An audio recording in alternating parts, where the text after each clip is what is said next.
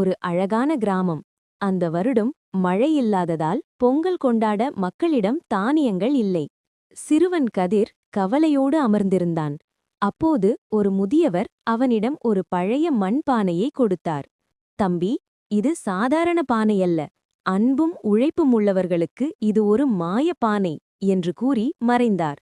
கதிர் தன்னிடமிருந்த ஒரு பிடி அரிசியை மட்டும் அந்த பானையில் போட்டு அடுப்பில் வைத்தான். திடீரென ஒரு அதிசயம். பானையிலிருந்து பொங்கல் பொங்கி வழிந்தது. வியக்கத்தக்க வகையில் அந்த ஒரு பிடி அரிசி ஊர் மக்கள் அனைவருக்கும் போதுமான உணவாக பெருகியது.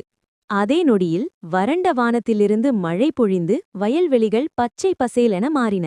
பகிர்ந்து கொடுக்கும் குணமே அந்த மாயாஜாலத்திற்கு காரணம்.